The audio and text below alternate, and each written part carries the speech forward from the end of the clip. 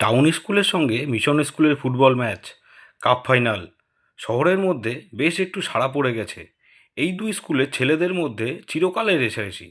তাই আজকের খেলাটা যে খুব জমবে তাতে সন্দেহ নেই।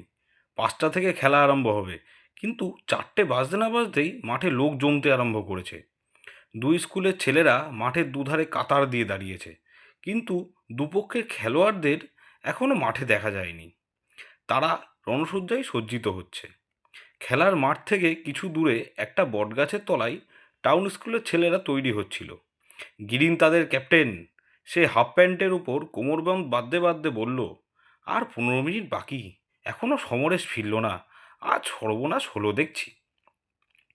টুনু টাউন স্কুলের একজন খেলোয়াড়, দেখতে অতি ক্ষীণ। সে জার্সির মধ্যে মাথা ঢোকাতে ঢোকাতে জিজ্ঞেস করলো, সমরেশদা কোথায় গেছে? প্রণব সাজসজ্জা সেরে ঘাসের উপর পা ছড়িয়ে বসেছিল। তার কপালে দুশ্চিন্তার ভ্রুকুটি। সে বলল, সমরেশ তুক করতে গেছে। টুনু একে ছেলে মানুষ, তাই সবে এবছর সে স্কুল টিমে স্থান পেয়েছে। সে ভেতরকারের সব কথা জানতো না। অবাক হয়ে বলল, তুক কিসের পানুদা? প্রণব বিরক্ত হয়ে বলল, জানিস না, খেলার আগে গাধার কান না মরলে আমরা হেরে যাই। টুনু কিছুক্ষণ হাঁ করে চেয়ে থাকলো, তারপর বলল, যাহ, তুমি ঠাট্টা করছো। ঠাট্টা? প্রণব চোখ পাকিয়ে বলল, তোর সঙ্গে আমি ঠাট্টা করব? বলে টুনুর কানের দিকে হাত বাড়ালো। টুনু তাড়াতাড়ি কান সরিয়ে নিয়ে বলল, তবে কি সত্যি সমরেশদা গাধার কান মলতে গেছে? সত্যি না তো কি, মিথ্যে বলছি? হি হি হি হি, গাধার কান। টুনু হেসে উঠল। গিরিন ভুরু কুচকে বলল, হাসছিস যে? গাধার কান মলা হাসির কথা নাকি? গেল বছর গাধার কান মলে আমরা কাপ জিতেছি।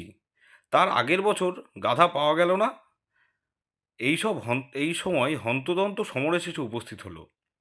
তাকে দেখে সকলে একসঙ্গে বলে উঠল, কি হলো, কি হলো? সমরেশের চুল উস্কো খুস্কো, মুখ শুকনো। সে বিমর্ষভাবে বলল, পেলুম না, শহরে কোথাও একটি গাধা নেই। সেই বেলা 1টা থেকে খুঁজে বেড়াচ্ছি। ঘাটে খুঁজেছিস? ঘাটে, মাঠে, ধোবার বাড়িতে, কোথাও খুঁজতে বাকি রাখিনি। নো গাধা। আশ্চর্য, আজকের দিনেই গাধাগুলো লোপাট হয়ে গেল। সকলের মুখেই বিপদের ছায়া পড়ল। গিরিন বলল, আর কি হবে, নে সমরেশ, শিগগিরই তৈরি হয়ে নে, আর সময় নেই। সমরেশ বিষণ্ণ মুখে জার্সি পরতে লাগলো। কারণ গাধা পাওয়া যাক আর না যাক, খেলতে তো হবেই। সমরেশ বেচারা সারা দুপুর গাধার সন্ধানে ঘুরে বেরিয়েছে, অথচ গাধা খুঁজে পায়নি। তাই দুঃখটা তার সবচেয়ে বেশি হয়েছিল। বিশেষত আজ মিশন স্কুলের সঙ্গে খেলা। মিশন স্কুলকে হারাবে বলে তারা প্রাণপণ প্রতিজ্ঞা করেছে, কিন্তু গাধার কান মলা হলো না। তার মানে মিশন স্কুলে তারা আজ হারাতে পারবে না। আহা, একটা গাধার বাচ্চাও যদি পাওয়া যেত। সমরেশ পায়ে অ্যাঙ্কলেট আটতে আটতে এই কথাগুলো ভাবছিল। এমন সময় তার কানে খিক খিক শব্দ এলো। সে মুখ তুলে দেখল, টুনু দুই হাঁটুর মাঝে মাথা গুঁজে হাসি চাপবার চেষ্টা করছে। সমরেশ কড়া সুরে বলল, হাসছিস কেন রে টুনু? টুনু সব কথাতেই হাসি, শুনলে এত রাগ হয়? হাসি চাপবার চেষ্টায় টুনুর চোখ দিয়ে জল বেরিয়ে পড়েছিল। সে মুখ তুলে বলল, না সমরেশদা, বলেই জোরে হেসে উঠল, হি হি হি হি হি। সমরেশদা, তুমি সারা দুপুর গাধার কান মলবার জন্য ঘুরে বেড়ালে, আর একটাও গাধা পেলে না। হি হি, তুক করা হলো না। সমরেশ লাফিয়ে উঠে টুনুর কান ধরে আচ্ছা করে মলে দিয়ে বলল, হাসি? তুক করার নামে হাসি? ছুঁচো কোথাকার! আজ আমরা হেরে যাব, আর হাসি হচ্ছে? কাঁদো কাঁদো গলায় টুনু বলল, কে বলল হেরে যাব? বলবে আবার কে? আমরা সবাই জানি, যখন গাধা পাওয়া যায়নি। কক্ষনো না, দেখে নিও। কান ছেড়ে দাও, লাগছে গিরিন্দা। গিরিন বললে, ছেড়ে দে সমর, খেলার আগে আর কিছু বলিসনি। কিন্তু যদি হেরে যাই। এই সময় মাঠে রেফারির বাঁশি বেজে উঠল। দুপক্ষের খেলোয়াড়রা মাঠে গিয়ে দাঁড়ালো। রেফারি দিব্যেন্দুবাবুকে দেখে টুনু গিরিনের কানে কানে ফিসফিস করে বলল, ও গিরিন্দা, রেফারি যে দিব্যেন্দুবাবু। দিব্যেন্দুবাবুকে বাঁশি হাতে দেখে গিরিনও দমে গিয়েছিল। তবু সে বলল, তাতে কি হয়েছে? দিব্যেন্দুবাবু যে জিলিপি খায়। চুপ! স্কুলের ছেলেরা সবাই জানতো যে দিব্যেন্দুবাবু জিলিপি খেতে বড় ভালোবাসেন। আর ম্যাচের আগে যে পক্ষ তাকে জিলিপি খাওয়ায়, তিনি সেই পক্ষকে জিতিয়ে দেওয়ার চেষ্টা করেন। যাই হোক, এখন তো আর উপায় নেই। মিশন স্কুলের ছেলেরা নিশ্চয়ই তাকে পেট ভরে জিলিপি খাইয়েছে। টাউন স্কুলের খেলোয়াড়গণ আরও মুষলে পড়ল। দিব্যেন্দুবাবু টস করলেন। গিরিন ব্যাকে খেলে, সমরেশ খেলে হাফ ব্যাক থেকে, আর টুনু রাইট ইন। তাদের দলের বাকি ছেলেরাও বেশ ভালো খেলে, কিন্তু এই তিনজনের উপরেই ভরসা। টুনু ছেলেটা রোগা পটকা, কিন্তু বল তার পায়ে পড়লে তাকে আটকানো শক্ত। দৌড়াতে পারে সে ঠিক হরিণের মতো। মিশন স্কুলের দলও খুব মজবুত। তারা বেশিরভাগ বুট পরে খেলে, গায়ে জোরও বেশি। কাজেই দুই দলের মধ্যে কারা জিতবে তা আগে থেকে বলা শক্ত। প্রথম মিনিট 10 মিশন স্কুল চেপে রইল। বল আর টাউন স্কুলের গোলের কাছ থেকে দূরে যায় না। গিরিন আর সমরেশ প্রাণপণে বল বের করে দেওয়ার চেষ্টা করতে লাগলো, কিন্তু তবু গোল বাঁচাতে বাঁচাতে গোলকিপার প্রশান্ত হিমশিম খেয়ে গেল। দুবার কর্নার হলো, কিন্তু ভাগ্যক্রমে গোল হলো না। তারপর একবার একটু ফাঁক পেয়ে সমরেশ বল বের করে দিল। বল গিয়ে টুনুর পায়ে পড়ল। বল পেয়ে টুনু একবার চারিদিকে তাকিয়ে নিল। তারপর বল নিয়ে বিদ্যুৎ বেগে ছুটল। মিশন স্কুলের হাফ ব্যাকেরা সব এগিয়ে এসেছিল, কাজেই ব্যাক আর গোলকিপার ছাড়া আর কোনো বাধা নেই। ব্যাক এরিয়ার মধ্যে পৌঁছাতেই আর একজন ব্যাক তেড়ে এলো। টুনু বলটি টুক করে সেন্টার ফরওয়ার্ড রঞ্জিতের পায়ের কাছে বাড়িয়ে দিয়ে নিজে এগিয়ে এলো। তখন দ্বিতীয় ব্যাক রঞ্জিতকে চার্জ করলে রঞ্জিত তার বলটি টুনুর পায়ে এগিয়ে দিল।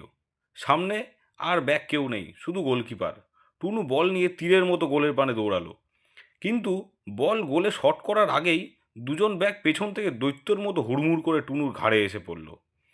একজন মারলে টুনুর পায়ে বুট শুদ্ধ এক লাথি। টুনু তো হুমড়ি খেয়ে গেল।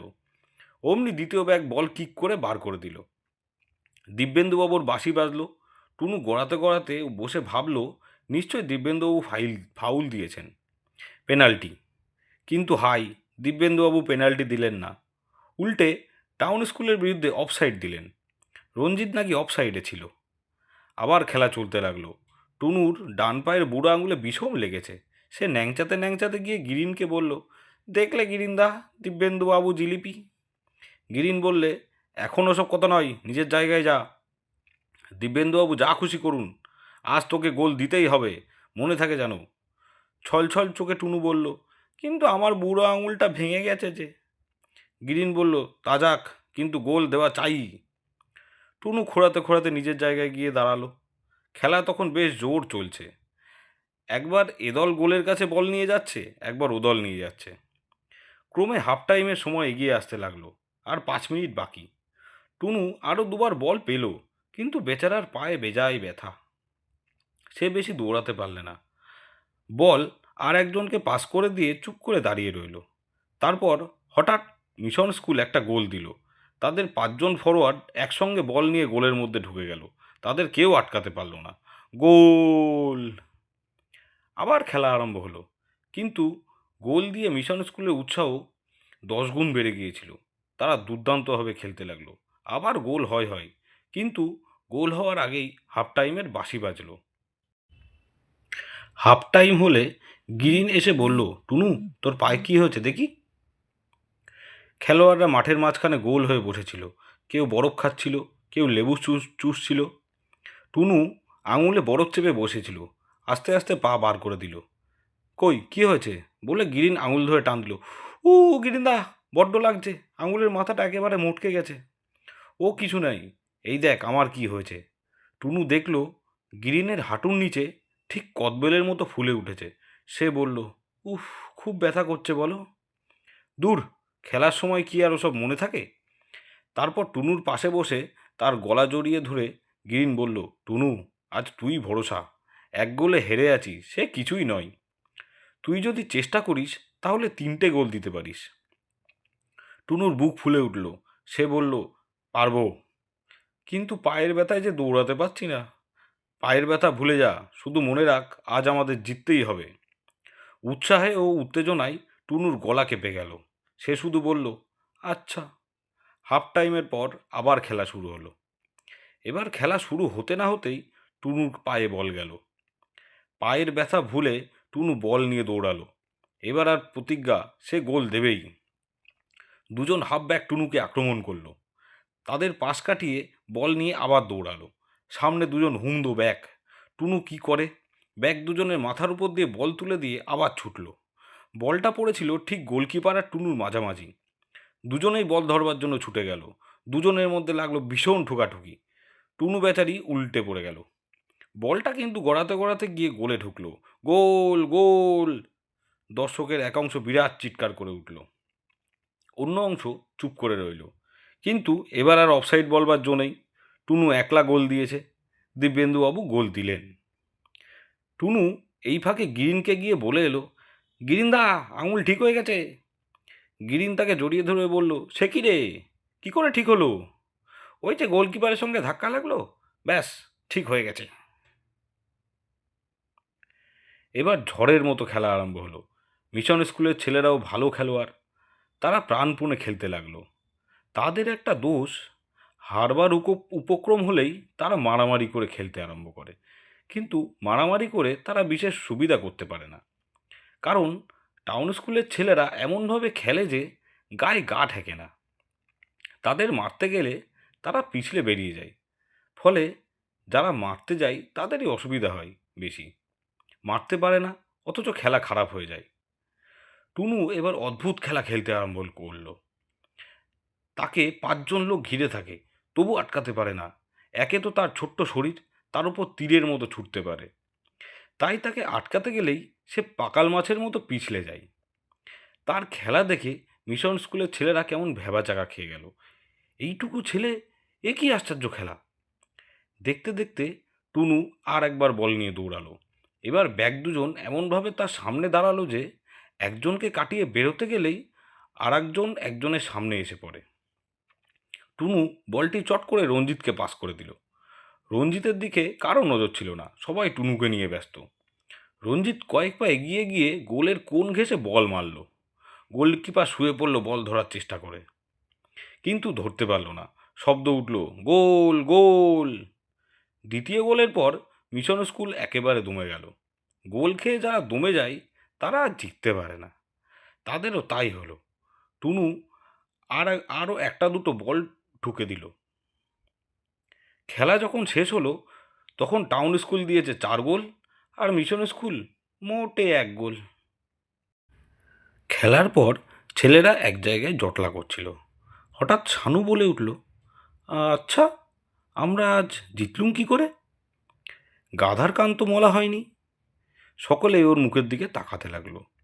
কথাটা এতক্ষণ মনে ছিল না। সত্যিই তো, এরকম সম্ভব ব্যাপার ঘটল কি করে? সমরেশ হঠাৎ জোরে হেসে উঠল, বলল, বুঝেছি। সকলে বলে উঠল, কি কি? সমরেশ বলল, মনে নেই? খেলার আগে টুনুর কান মলে দিয়েছিলুম, তাতেই গাধার কান মলার কাজ হয়েছে। সবাই হেসে উঠল। শানু বলল, বেশ হয়েছে। এবার থেকে টুনুর কান মলেই খেলতে নামলেই চলবে, আর গাধা খুঁজে বেড়াতে হবে না। গিরিন হাসতে হাসতে উঠে দাঁড়িয়ে বলল, সে আসছে বছর আবার দেখা যাবে। আজ টুনুই আমাদের হিরো। এই বলে টুনুকে দুহাতে ধরে কাঁধে তুলে নিয়ে বলল, 3 cheers for Tunu, hip hip hooray, hip hip hooray. আজ আপনাদের জন্য শরদিন্দু বন্দ্যোপাধ্যায়ের গাধার কান। শরদিন্দু বন্দ্যোপাধ্যায়ের জন্ম 30শে মার্চ 1899 সাল এবং মৃত্যু 1970 সালের 22শে সেপ্টেম্বর। ব্যোমকেশ বক্সীর স্রষ্টা তো বটেই, তাছাড়াও লিখে গেছেন একের পর এক অসামান্য ছোট গল্প, ঐতিহাসিক উপন্যাস ও চিত্রনাট্য। শরদিন্দু বন্দ্যোপাধ্যায়ের বহুমুখী প্রতিভার আরেক নিদর্শন আপাতমস্তক হাসির গল্পগুলো। তার এই ছোট গল্পগুলো 8 থেকে 80 সকলের মন জয় করে। আজকের গল্প গাধার কান আমরা নিয়েছি আনন্দ পাবলিশার্স থেকে প্রকাশিত শরদিন্দু অমনিবাস 4th খণ্ড কিশোর গল্প সমগ্র এই বইটি থেকে। গল্পটি প্রথম প্রকাশিত হয় 1935 সালে। এই গল্পের প্রধান চরিত্রে টুনু, এছাড়াও আছে গিরিন, শানু, প্রণব, সমরেশ। এতক্ষণ ধরে ধৈর্য সহকারে আমার গল্পটি শোনার জন্য তোমাদেরকে জানাই অসংখ্য ধন্যবাদ। যদি কোনো নতুন বন্ধু আমার গল্পটি শুনে থাকো এবং তোমার যদি ভালো লেগে থাকে, অবশ্যই আমাকে সাবস্ক্রাইব করতে ভুলো না যেন।